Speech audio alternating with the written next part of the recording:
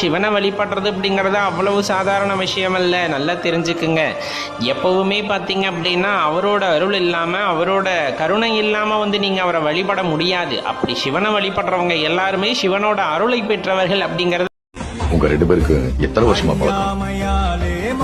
கணக்கு பார்த்து பழகல சார், பழகும் கணக்கு பார்க்கல. கரையில் தன் நிழலினை கொண்டு அறியாமையாலே மண்ணெங்கும் இன்பம் உண்டாகுதோ.